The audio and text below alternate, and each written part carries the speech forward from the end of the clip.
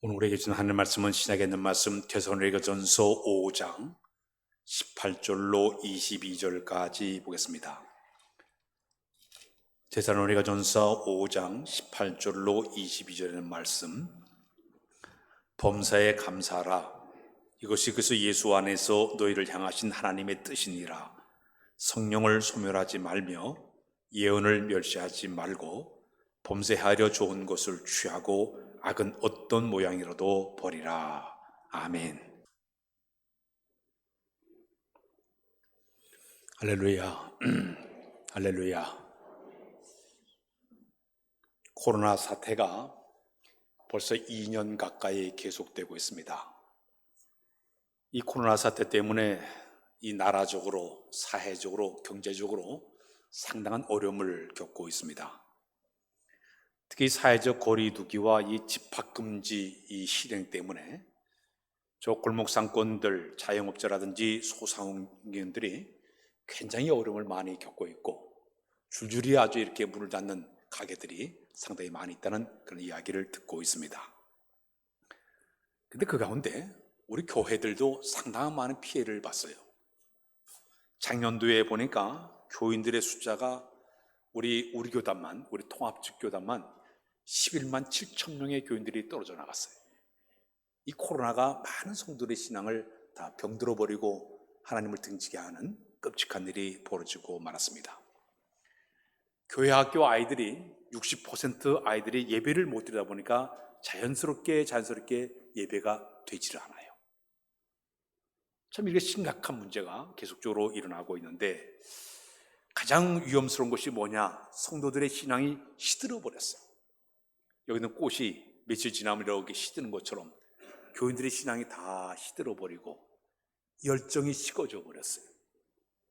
교회가 행사를 못하니까 교인들이 교회에 대한 그 관심들이 별로 없는 것이 이번 이 코로나 때에 나타났던 하나의 현상이에요. 그 가운데 가장 염려스러운 부분이 이 예배 회복이 이루어지지 않게 되다 보니까 더 큰 문제가 되고 있어요. 예배에 사람들이 이 가치를 잃어버렸습니다. 옛날에는 우리 선배들의 신앙인들은 목숨 걸고 예배를 드리지 않았습니까? 그 6.25의 동란 속에서도 일제 탄압 속에서도 꿋꿋하게 목숨 걸고 그들은 예배를 잘 지키면서 신앙생활을 해왔어요. 근데 이 보이지 않는 세균에 의해서 나라에서 이렇게 통제를 하다 보니까 예배를 드리지 못하는 안타까운 일이 벌어지고 말았습니다. 예배를 통해 하나님과 만남을 갖고 교제를 하고 거기서 섬김을 배우고 순종을 배워야 되는 이 예배가 되어야 되는데 사람들이 이 예배에 대한 가치를 잃어버리니까 이 예배 필요성을 느끼지 못한 것이 커다란 문제가 되고 말았어요. 두 번째는 성도들의 마음속에 이 간절함이 사라져 버렸습니다. 시편 40편에 마치 사슴이 시험 찾기에 갈급함같이 내 영혼이 주 찾기에 갈급합니다. 그런 마음으로 간절한 마음으로 주 앞에 와야 되는데 이 간절함이 사라지고 말았습니다. 하나님과 관계가 점점 멀어지게 되니까 관계가 끊어지는 거예요. 사모하는 마음이 없어지는 거예요. 간절함이 없게 되는 것이에요. 몸이 떨어져 나가니까 마음도 떨어지게 되는 것입니다. 난로를 보게 되면 난로를 가까이 가게 되면 뜨겁지만은 멀어지게 되면 몸이 식어져 버린 것처럼 내가 주님을 가까이 하면 내 신앙이 뜨겁게 열정적으로 타오르지만은 멀어지게 되면 식어지게 돼 있어요. 내가 교회를 가까이 되면 뭔가 신앙이 열정이 있지만 멀어지게 되면 신앙이 식어지게 된 안타까운 일이 벌어지게 된 것입니다. 또 하나는 예배의 감동을 잃어버렸습니다. 지금 이 시간에 여러분들은 현장에 와서 예배를 드리고 있어요. 근데 어떤 사람들은 집에서 지금 화상 예배를 드리고 있습니다. 이 화상 예배와 이곳에 와서 예배 드리는 차이점이 뭔지 아십니까? 감동의 깊이가 달라요. 우리나라의 손흥민 축구 선수가 지금 저 영국의 프리미어 리그에서 지금 운동을 하는 것이 가끔 방송을 하는 것을 보지 않았습니까? 거기를 보게 되면 그 경기 축구장에서 실제로 현장에 가서 본 것과 TV를 통해서 보는 건 굉장한 차이가 있다고 그래요.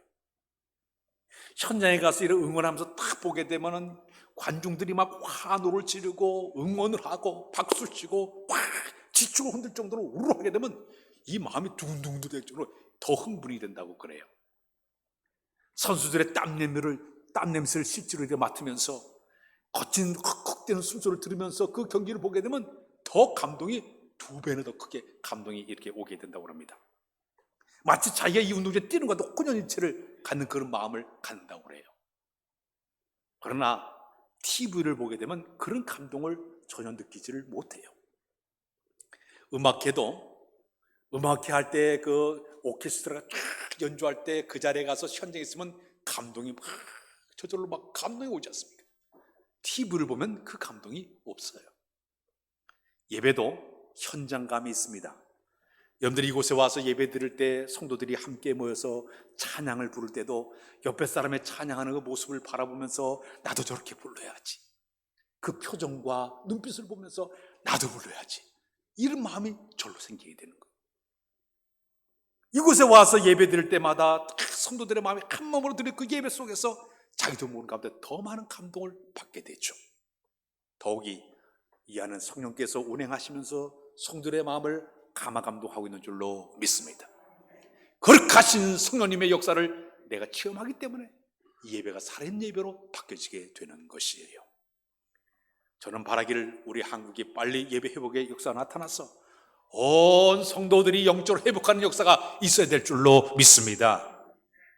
히브리서에 보게 되면 10장 25절에 이런 말씀이 있어요. 우리 한번 다 같이 읽어보겠습니다. 히브리서 10장 25절 시작. 모이기를 패하는 어떤 사람들의 습관과 같이 하지 말고 오직 권하여 그날이 가까움을 볼수록 더욱 그리하자. 모이기를 피하는 사람들의 어떤 습관과 같이 그들을 따라가지 말라는 얘기예요. 자꾸 내가 습관적으로 점점 멀어지게 되면 내 신앙이 다 병들어 버려요. 시들어 버려요. 열정과 이런 것이 간절함이 사라지기 때문에 예배 회복을 빨리 우리 회복을 해야 될 줄로 믿습니다. 이 습관은 밧줄과도 똑같아요. 우리를 모든 생활을 꽁꽁 얽어매게 됩니다. 한번 습관이 잘못되게 되면 그것이 우리의 삶을 꽁꽁 묶어내서 잘못된 방향으로 우리를 끌어가기 때문에 이 습관의 잘못이 우리의 생활에 엄청난 지장을 초래하게 된다는 얘기입니다. 우리나라의 속담 가운데 바늘도둑이 소도둑이 된다는 그런 말이 있어요.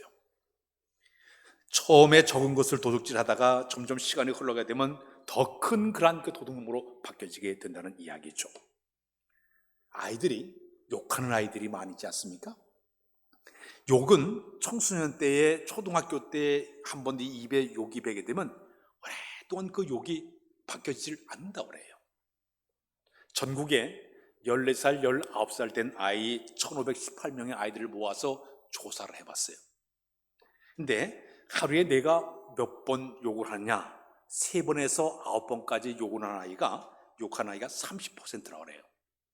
한 번이나 2번 정도 욕한 아이가 38.9%가 나왔어요.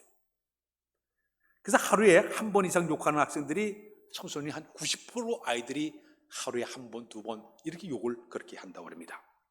전혀 욕하지 않고 사는 아이가 불과 8.6%밖에 되지를 않는다고 그래요. 자, 아이들에게 물어봐서 왜 욕을 하냐? 재밌었어요. 멋있어서 욕을 한다는 거야. 이것이 어릴 때 습관이 되게 되니까 이훗날 바꾸기 굉장히 어려운 것이 이것이 바로 이 욕이라고 그렇게 이야기를 하고 있습니다. 이 사소한 조그마한 습관이 우리 몸에 배게 되면 이거 고치기 상당히 어려워요. 예를 들면 어떤 사람 매일 술을 먹어야만 잠을 자는 사람이 있어요. 이건 중독성이죠. 습관이죠. 어떤 사람은 이 돈을 쓰는데 적게 벌고 많이 쓰는 과소비가 습관된 사람이 있어요. 이거 못 사면 견디지를 못해. 이 잘못된 습관은 집안 망할 수밖에 없을 겁니다. 우리 예배당 오는데 이 늦게 오는 지각하는 것도 습관이에요. 조금만 더 서두르면 되는데 이게 습관이 되게 되면, 몸에 배게 되면 일찍 간 게 이상하게 돼. 이 지각하는 것도 하나의 습관이 되게 되는 것이죠. 화를 불끈불끈 하는 것도 이게 습관이 됩니다. 자기를 통제할 수 있는 것. 남이 잘 되면은 잘못된 질투심이 강한 사람들 잘못 이루어요. 이것도 하나의 습관이 되게 된다는 얘기죠. 늦잠을 자는 것도 습관이 되고요. 밤에 야식을 먹는 것도 잘못된 습관이고, 이렇게 우리의 이 잘못된 모든 습관이 우리의 인생을 지배하기 때문에, 특히 우리 신앙까지 지배하기 때문에 우린 좋은 습관을 가져야 될 줄로 믿습니다. 지난 주일날 우리 그리스도인들이 신앙생활하면서 내가 어떻게 하면 행복한 신앙생활, 풍성한 신앙생활, 얼마나 활력 있는 신앙생활을 할 것인가, 여러 가지 습관들을 소개하는 가운데 두 가지를 지난주에 소개했습니다. 첫 번째는 항상 기뻐하는 것을 습관화가 되어야 될 줄로 압니다. 성령께서 내 안에 역사하심을 영적인 은혜를 통해서 희락의 영이 내 마음을 지배하사 늘 기뻐하는 것 은혜인 줄로 믿습니다.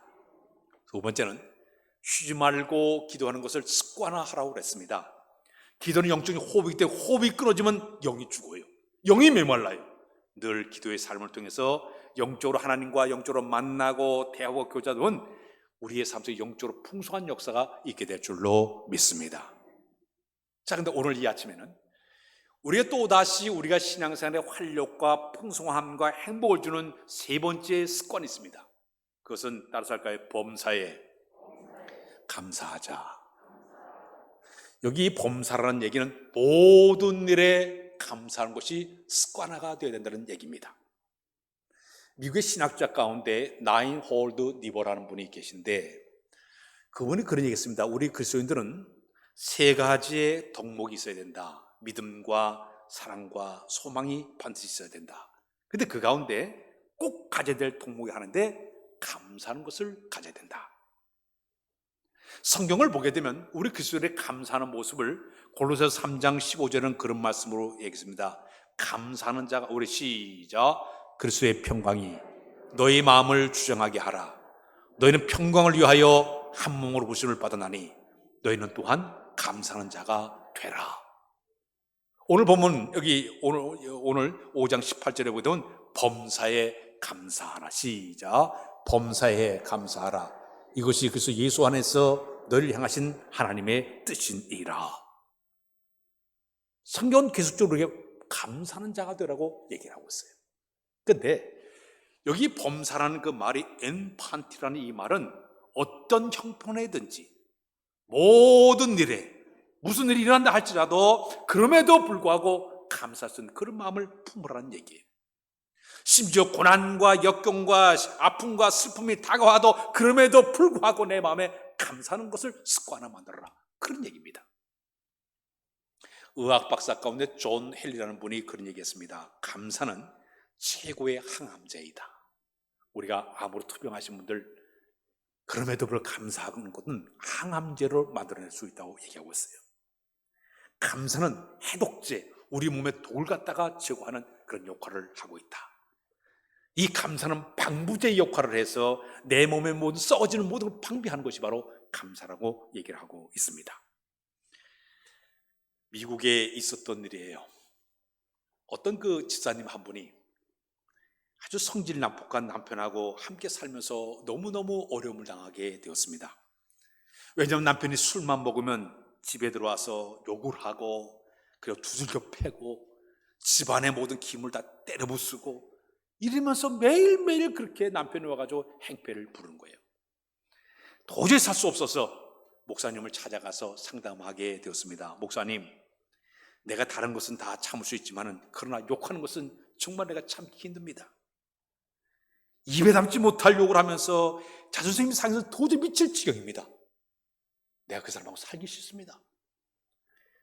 그래도 내가 이제까지는 내가 자식 때문에 눈물로 참으면서 견뎌내 살아왔지만 이제 못 살겠어요. 이혼하고 싶어요. 목사님이 그 얘기를 다 듣고 나더니 목사님께서 저라도 이혼할 겁니다. 그런 남자하고 같이 못 살 것 같아요. 지금까지 꾹 참아온 것이 대단하십니다. 칭찬했습니다. 그래서 미국에는 결혼식도 있지만 이혼식도 있다고 그래요. 두 사람들이 이혼식까지도 그렇게 한다고 해요. 그래서 이제 그분에게 앞으로 이혼을 준비하는데 한 달 동안 준비하십시오. 근데 한 달 동안 당신의 집안에 무슨 일이 일어나도 감사하는 마음을 품으세요. 그리고 마지막 좋게 마무리하고 헤어지게 되면 그거 얼마나 좋겠습니까? 그러니까 한 달 동안 감사하는 마음을 가지세요. 그랬어요. 싸우지 말고 감사를 했어요. 보냈어요. 이제 목사님과 약속한 부인이 집에 들어왔습니다. 들어왔더니 그날도 이제 자기 마음속에 내가 이 평생 동안 이렇게 참았는데 한 달이야 뭐 참아야지, 그런 마음으로 집에를 들어왔어. 그러더니 남편이 그날도 술 잔뜩 채가지고 들어왔습니다. 평소 같으면 바가지를 팍팍 긁어야 되는데 목사님이 약속한 것 때문에 어서 오시라고, 그리고 발을 딱 끝내면 들어가 쉬시라고. 이 남편 술 취해가지고 이상하다, 그 방에 들어갔습니다. 들어간 다음에 부인이 방에 들어가서 기도를 하는데, 하나님 감사합니다. 뭐를 감사할지 모르지만 그저 감사합니다. 기도를 드렸어요. 그날 밤을 보냈습니다. 다음날 또 남편이 술 취해가지고 또 와가지고 그래요. 또 조용하게 가가지고 남편을 가서 들어가시라고, 쉬시라고 했어요. 아침에 보니까, 그 다음날 보니까 남편이 오줌을 쌌어요. 술 취해가지고. 하나님 감사합니다. 저는 똥도 쌌는데 오줌만 싸게 해주시니 감사합니다. 또 감사했어요. 매일매일 그냥 전대가 막 악다구리 같이 막 대두고 그러는데 그저 꾹 참고, 이 한 달 참아야지. 감사합니다. 감사합니다. 20일 동안을 참으면서 감사했어요. 그 남편이 가만히 보니까 이 부인이 이상한 거예요. 전 같으면 그냥 막 와가지고 그냥 바가지 팍팍 걸고 그럴 때 그저 조용하게 그렇게 이상하다. 그 남편이 미안하니까 술 어떤 날 안 먹고 들어온 날이 있었어요. 마침내 이 부인이 남편에게 이제 만나서 이제 막 20일이 지난 다음에 얘기를 했습니다. 여보, 당신 술 먹고 집에 들어와서 이렇게 나한테 욕할 때 내가 너무 자존심이 상했다고. 그 내가 이렇게 당신한테 이렇게 까다로운 것처럼 내가 이렇게 말을 했다고, 미안하다고. 그러니 남편이 아니요, 내가 잘못했어. 서로 화해가 되었습니다. 며칠 만에 여기 남편이 나도 교회 가면 안 되나? 그런 거예요. 안 되는 게 어디냐, 가자고. 마침내 두 사람이 한 달 가기 전에 두 분이 목사님을 찾아와서 서로 다 화해하고 아름다운 가정을 이뤘다는 얘기가 있습니다. 감사는 신비한 능력이 있습니다. 그러면 우리가 어떻게 하면 우리가 감사하며 살아갈 수가 있을까요? 첫 번째는, 감사하는 범사에 감사하는 비결의 첫 번째는 자족하는 마음이 필요합니다. 따라서 할까요? 자족하며 살자. 자족한다는 말은 자기 스스로 만족한 마음을 갖는 것이에요. 부족한 것을 생각하면, 그저 부족한 것을 생각하게 되면 원망과 짜증과 불평이 있지만은 이 범사에 감사하는 그 마음속은 이 모든 것에 대해서 자족할 수 있는 마음이, 내 남편을 주신 것을 감사하고, 내 아내를 주신 것을 감사하고, 직장을 주신 것을 감사하고, 자녀를 주신 것을 감사하고, 건강 주심을 감사하고, 내가 두 발 뚜벅뚜벅 걸어서 이렇게 걸어다니는 걸 감사하고, 두 눈을 뜨고 내가 바라본 것을 감사하고요. 저희 집 바로 뒤에 이렇게 그 맹아학교가 있지 않습니까? 사람들이 거기서 앞을 못 보는 이 중도 실명자들이 그곳에 와가지고 이렇게 그 훈련받아요. 얼마나 눈을, 차라리 태어날 때부터 눈이 이렇게 앞을 보지 못하면 괜찮은데 중도 실명이 더 힘들다고 그래요.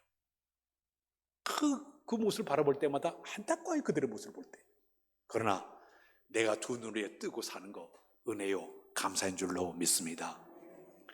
어느 목사님 위임식에 제가 가서 이렇게 예배를 드리는데, 근데 그 위임식 때 어떤 목사님이 축사를 하는데 이런 내용을 가지고 축사를 하고 있었습니다.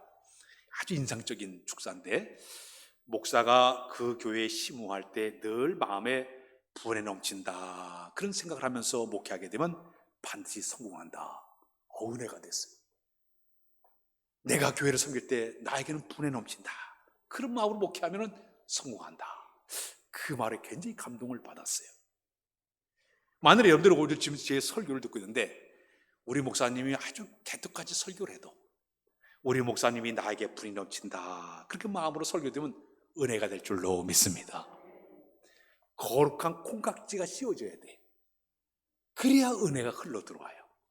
근데 거룩한 콩깍지 안 씌워지게 되면 비판하고 판단하고 자기 멋대로 모든 난도질 하다 보니까 은혜를 받고 싶어도 은혜를 받지 못하게 되는 것이죠. 내가 어떤 상황에서 내가 이 감사하는 마음을 갖고 사는 것, 부부간에도 서로 간에 감사하는 마음으로 사는 것이 복된 가정이 될 줄로 믿습니다. 옛날에 TV를 보니까 뽀빠이 이상용이라는 사람이 시골을 다니면서 할머니 할아버지들하고 막 이렇게 게임하면서 이래 아주 재미있게 하는 그런 프로그램을 봤어요. 어느 농촌 마을에 가가지고 어르신들이 마지막에 뭐라는 건 단어 맞추기래. 단어 맞추기. 할아버지 할머니가 이렇게 탁 앉아서 저 할아버지도 이렇게 글씨를 보여주면 할아버지가 설명을 하면 할머니가 답을 맞추는 거예요. 근데 이 할아버지가 이렇게 탁 천생연분 단어를 이렇게 딱 보였어요. 그러니까 할아버지가 할머니한테 뭐라고 해요? 당신하고 나하고 무슨 사이야? 그러니까 할머니가 왼수 그러는 거예요. 아니 네 단어 네 마디 그러니까 왼수지간 그러는 거예요. 천생연분이 왼수지간이 된 거예요. 아마 이렇게 산다고 가정해 보십시오. 얼마나 그 가정이 힘들겠습니까? 사랑하는 여러분, 우리 마음속에 자족하는 마음은 범사에 감사하는 마음을 갖도록 인도해 줄 줄로 믿습니다. 두 번째, 우리 마음의 범사에 감사하는 비결의 두 번째는 욕심을 버려야 됩니다. 우리 인간의 욕심은 하나님도 못 채워요. 밑빠진 독이에요. 아무리 채우려도 인간의 욕심은 채울 길이 없어요. 여러분, 차를 타시는 분들이 처음에 내가 조그만 차를 타다가 한 단계 올려가지고 2000cc를 타게 되면 2500으로 타고 싶고 3000cc 타고 싶고 3000 자꾸 올라가고 내려가질 않는다 그래요. 인간의 욕심이 끝이 없어요. 아파트도 25평에 사는 사람은 33평에 사고 있고 30평에 사는 사람도 50평 돼갖고 이 사람들의 마음속에는 끊임없는 욕심을 채우지 못한 것이 인간들의 모습이에요. 권력을 가진 사람들의 얘기 가운데 말을 타게 되면 종까지 부르고 싶은 그런 마음을 가진 것이 인간들의 욕심입니다. 그러나 우리의 마음의 욕심을 다 내려놓는 순간 하늘로부터 감사의 은혜가 우리에게 주어지게 될 줄로 믿습니다. 내가 범사에 감사하는 두 번째 비결은 욕심을 버리면 되는 거예요. 세 번째는 내 마음의 범사에 감사하는 것을 갖는 마음이 겸손한 마음이다. 따라서 겸손해야 된다. 영국의 아이젠 웰트라는 사람이 하나님이 거하시는 곳은 두 곳이 있는데 첫 번째는 하늘나라가 하나님이 거하신 곳이요, 두 번째는 겸손한 마음에 하나님이 거하신다 그랬습니다. 우리 마음에 겸손하면 늘 주님이 우리 가운데 거하시기를 원해요. 마태복음에 보면 8가지 복이 있습니다. 심령이 가난한 자는 천국이 저희 것이요, 그런 말이 있어요. 심령이 가난하다는 얘기는 자기 마음을 다 내려놓고 비워놓게 돼서 심령이 가난한 상태가 되게 되면 그 안에 주님이 완전히 다스리는 삶이 되기 때문에 그 안에 천국이 이루어지게 될 줄로 믿습니다. 이렇게 하나님께서 우리에게 겸손한 마음을 줄 때 범사에 감사하신 그런 마음을 갖게 되는 것이에요. 그러면 이 범사에 감사하며 사는 사람들에게 하나님께 주신 축복이 있습니다. 그 첫 번째 축복이 뭐냐? 더 큰 은혜를 받도록 인도해 줄 줄로 믿습니다. 작은 것에도 감사하면 감사의 조건을 자꾸 주세요. 우리가 늘 맥주감사나 추수감사 제가 그 설교를 할 때 스펄전 목사님의 이야기를 자주 하고 있지 않습니까? 반딧불을 주신 하나님께 감사하면 별빛을 주시고, 별빛을 주신 하나님께 감사하면 하나님께서 전등불을 주시고, 전등불 주신 하나님께 감사하면 햇빛을 주시고, 햇빛 주신 하나님께 감사하게 되면 성령의 빛을 우리에게 주신다. 처음에 작은 것부터 내 감사하면 하나님은 더 큰 은혜를 받도록 더 많은 조건에 감사하도록 인도해 줄 줄로 믿습니다. 두 번째, 범사에 감사함 사는 사람에게 주시는 축복의 두 번째는 기쁨과 즐거움을 가득 차게 만들어 주십니다. 행복이 뭡니까? 행복은 기쁘고 즐겁고 평안한 것이 바로 행복이에요. 헬라어에 보게 되면 은혜를 카리스라고 얘기를 해요. 감사를 유카리스라고 얘기합니다. 그 다음에 기쁨을 카라라고 얘기해요. 은혜와 감사와 기쁨이 전부 한 단어로부터 흘러내려오고 있습니다. 카리스, 유카리스, 카라. 마찬가지로 내가 감사하게 되면 하나님께서 내 마음속에 기쁨과 즐거움을 주는 이유는 내 마음에 은혜의 물줄기가 들어오고 감사하는 마음을 품게 하시고 기쁨을 갖게 하는 이 모든 것이 범사에 감사해 주시는 하나님의 은혜의 선물이 되게 된 줄로 믿습니다. 마지막에는 우리에게 축복의 통로가 열려지게 되는 것이에요. 범사에 감사해 보십시오. 은혜와 축복의 통로가 열리게 되는 것이. 빌립보 감옥에 바울과 실라가 이제 그들이 감옥에 들어가고 말았어요. 온몸에 착고가 치였습니다. 깊은 감옥에 들어가서 칙칙 냄새가 나고 죄들이 꽉 찬 곳에, 어두컴컴한 그 곳에 들어가서 매를 실컷 맞아가지고 온몸에 욱신욱신 아프기 시작해요. 그러나 그날 밤에 바울과 실라는 하나님을 향해서 찬양하기를 시작했습니다. 찬양하기 시작했어요. 그리고 막 기도하기 시작했습니다.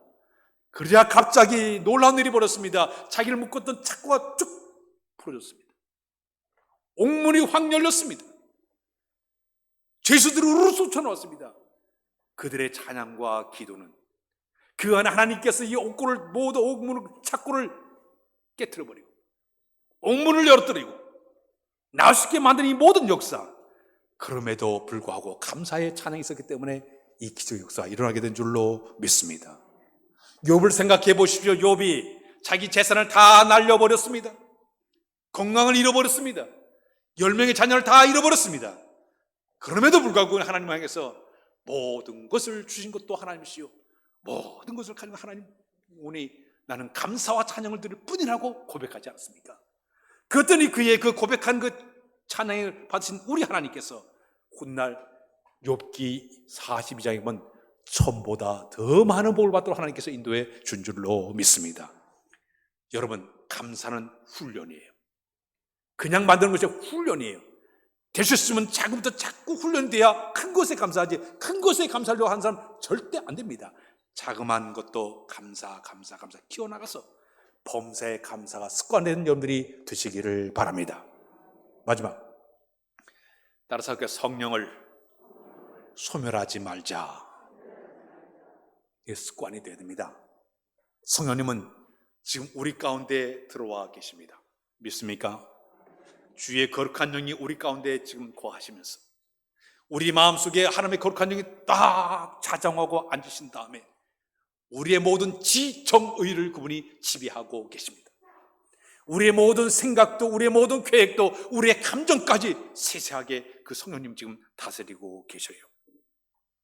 근데 우리는 내 마음에 쓸데없는 고집과 잘못된 습관, 교만이 성령님을 자꾸 밀어내고 거부하게 되면 성령님은 활동이 멈춰지게 됩니다. 억압을 당하게 돼요. 이 소멸하는 얘기가 바로 그 말이에요. 소멸, 성령님을 거부하고 그분을 억제시키는 것을 갖다 소멸하고 얘기하고 있습니다. 성경을 보게 되면 성령님을 여러 가지 상징으로 얘기하죠. 생수와 같은 성령, 비둘기와 같은 성령, 기름과 같은 성령, 도장과 같은 성령. 그런데 불 같은 성령이라는 표현이 나오고 있어요.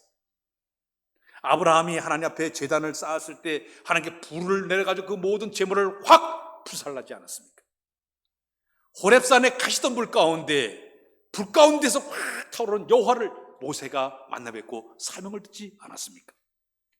이스라엘 백성들이 광야에서 40년 동안 생활할 때 밤에는 불기둥을 세워서 모든 백성들이 하나님이 함께 하심을 그들이 느끼게 만들어 주었습니다. 갈멜산에 엘리야가 제단을 쌓고 하나님께 기도할 때 하늘에 불이 내려와서 그 모든 재물을 다 불살라지 않았습니까? 마가의 다락방에 백신문도가 열심히 기도할 때 성의 불이 내려와서 그들 모두가 성령의 충만한 역사를 경험하지 않았습니까? 이게 성령님 불과 같은 영이세요. 근데 그 불 같은 영이 우리 가운데 확 임하게 되면 열정이 생기죠. 적극적이 생기죠. 담대함이 생기죠. 이게 성령이 충만할 때 나타나는 모습이에요. 근데 내 마음의 열정이 식어지고 있다. 적극적이나 소극적인 마음을 가지고 있다. 내 마음의 게으름과 나타남이 자꾸 일어났다. 내 안에 성령이 활동하지 않는 것이에요. 가만히 꼬다는 보리자루예요. 처박혀 있는 그 모습이에요. 그 성령님이 지금도 내 안에서 활동하게 만들고 감화하게 만들고 역사하게 만들고 은사원을 보여줄 때마다 내가 순종하는 마음으로 그 일을 감당키만 하면 우리 성령의 사람으로 귀하게 쓰임받게 될 줄로 믿습니다. 여기 소멸이라는 말이 스펜누테라는 말은 불을 끈다는 의미를 가지고 있습니다. 공동 번역에 보게 되면 이 소멸이라는 말을 갖다가 성령의 불을 끄지 말고 감동을 받아 전하는 말을 멸시하지 말라는 얘기예요. 소멸, 짓누르고 짓밟아버리는 것이. 전에 일본을 갔을 때 일본은 그 분재가 그렇게 유명해요. 분재를 많이 만드는 정원을 가봤어요. 어릴 때 이렇게 자라는 그런 그 나무를 갖다 철사로 칭칭 묶어가지고 못 자라게 만든 거예요. 이렇게 조그만 거 이렇게 해가지고 분재를 많이 만들어냈어요. 열심히 자라나야 되는데 철사를 꾹꾹 매는 것처럼 묶어놓은 상태가 이게 소멸의 모습이에요.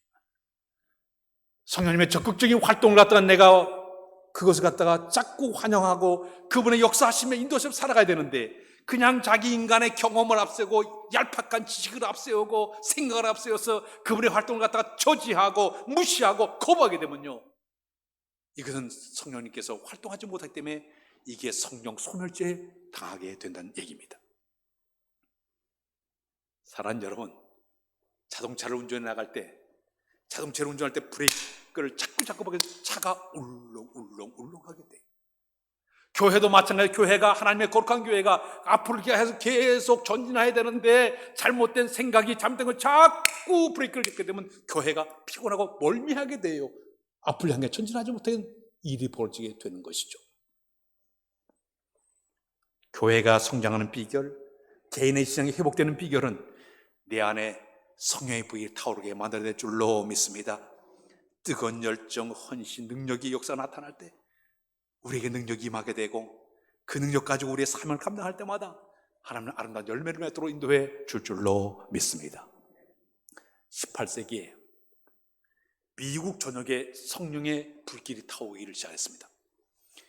그 당시에 이제 쓰임받던 목사님이 세 분이 계셨는데, 휘피드 목사님, 찰스 피니 목사님, 무디 목사님, 이런 분들이 미국 전역을 다니며 막 부흥할 때마다 젊은이들이 교회에 꽉꽉 미어 터졌습니다. 무디 목사님 같은 경우는요, 설교할 때 마치 주님이 저 바깥에 서 있는 것처럼 그를 느꼈다고 그래요.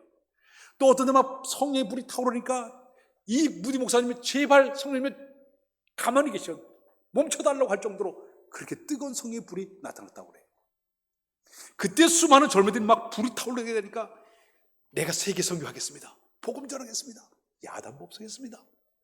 그때 세계 복음화를 하겠다고 작정한 사람이 10만 명이었다고 그래요. 선교사 가겠다는 사람. 10만 명의 사람을 뽑아가지고 그들에게 2만 명의 사람들은 전 세계를 향해서 복음 들고 떠났습니다. 8만 명의 사람들은 열심히 돈을 벌어가지고 그들의 선교하는데 그들에게 헌금을 보내주기 시작했습니다. 세월이 흘러갔습니다. 그 10만 명의 후손들이 어떻게 됐는가 쭉 보니까 하나님께서 얼마나 복을 줬든지 미국 사회, 정치, 경제, 사회 모든 분야에 하나님께서 그 후손들에게 놀라운 복을 줬던 것을 그들이 발견하게 되었다고 얘기해요. 성령의 불이 타올라서 사역을 감당하니까 여호와의 복이 그들에게 임하게 된 줄로 믿습니다. 오늘도 하나님의 영이 우리 가운데 임하시게 되면 이런 뜨거운 열정 가지고 주의 사명을 감당해야 될 줄로 믿습니다. 브라질에 가면 상파울루에 유명한 교회가 있습니다. 데오로디 아모르 교회라는 아주 큰 교회예요. 이 교회의 특징은 어떤 교회인가 하면 아주 브라질 최고의 교회인데 1년 12달 24시간 예배를 드려요. 새벽 2시에도 예배 드리고 아무 때나 가도 계속 예배를 드려요. 그 교회의 특징이 어떤 예배를 드리는가 하면 환자들이 탁 들어와가지고 거기서 치유받는 사람들이 그렇게 많이 있다고 합니다. 그래서 그 교회 예배당 옆에 보게 되면 거기에 목발이 걸려있고 휠체어가 걸려있고 막 그래. 이 목발과 휠체어가 걸린 이유는 거기 가서 기도하다가 치유받아가지고 뚜벅뚜벅 걸어가면서 목발을 거기다 걸어놓은 거예요. 휠체어 타고 갔다가 고침받아가지고 휠체어를 걸어놓고, 그러니까 교회가 기도원처럼 그냥 계속 불타는 그런 유명한 그런 교회였습니다. 한국에 한 목사님께서 이제 그곳을 방문했습니다. 교회를 보니까 다른 교회랑 비슷하게 이렇게 교회가 되는데, 이 목사님이니까 거기에 이제 목사님 서재를 찾아가서 사모에게 목사님 방을 좀 보여달라고. 안 된다고. 비서하라는 거예요. 내가 이 지구를 반바퀴 돌아가 여기까지 왔는데 한번 방만 좀 구경했으면 안 되냐고 간절히 그러니까 알았다고 문을 이렇게 탁 열어주더래요. 목사님 방을 이렇게 보니까 액자가 하나가 걸려 있어요.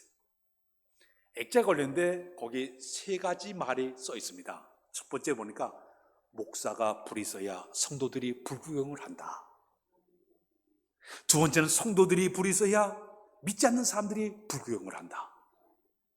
마지막 3번째는 사도행전 1장서부터 8장까지는 베드로가 썼고 9장서부터 28장까지는 사도 바울이 썼지만 29장은 내가 쓴다 그랬습니다.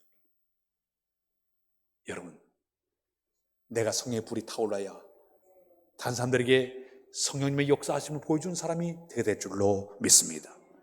지금도 하나님은 이 교회에 불타는 심지를 찾고 계세요.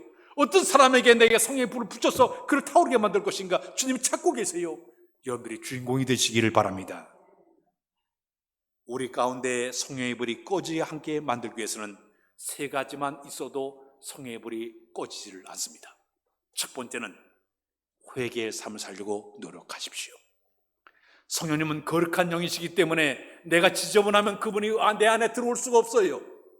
내 속의 모든 유혹의 욕심을 다 내려놓고 내 심령 상태가 깨끗해야만이 거룩한 영이 내 안에 거하시면서 작동하게 되는 것입니다. 회개의 삶을 살고 거룩한 삶을 살려고 노력하십시오. 두 번째는 성령님을 간절히 사모해야만이 그분이 우리 가운데 임하시게 되어 있습니다. 시편에 보게 되면 107편 9절에 그런 말씀에 우리 한번 읽읍시다. 시작. 그가 사모하는 영혼에게 만족함을 주시며 줄인 영혼에게 좋은 곳으로 채워주심이로다. 사모해야 돼요. 성령님 나를 지배해 주십시오. 역사해 주십시오. 자꾸 사모하는 마음이 있어야 그분이 우리 가운데 거하셔서 우리를 역사하도록 인도해 주고 계시고 있다는 얘기예요. 마지막에는 기왕 예수 믿는 것 찬송도 뜨겁게, 기도도 간절하게, 말씀도 구성처럼 달게 느끼면서 자꾸 받아먹을 노력할 때 그때 하나님의 영이 우리 가운데 활동적으로 역사하사 성령의 사람도 쓰임받도록 인도해 줄 줄로 믿습니다. 오늘 아침에 두 가지를 얘기했습니다. 사랑하는 여러분, 우리가 살아가면서 이 범사에 감사하는 것은 바로 습관이 되어야 될 줄로 믿습니다. 내가 성령의 불을 끄지 않고 타오르게 하는 것도 습관이 되어야 될 줄로 믿습니다. 그래야만이 내가 영적으로 풍성하고 영적으로 강력한 믿음과 쓰임받는 여러분들의 모습이 되게 될 줄로 믿습니다. 기도합니다. 하나님, 거룩한 습관을 담기를 원합니다. 늘 범사에 감사하도록 인도하여 주시며 성의 불을 타오르게 만들어서 성의 사람 쓰임받는 우리 모두로 인도하여 주옵소서. 예수 그리스도의 이름으로 기도하옵나이다. 아멘.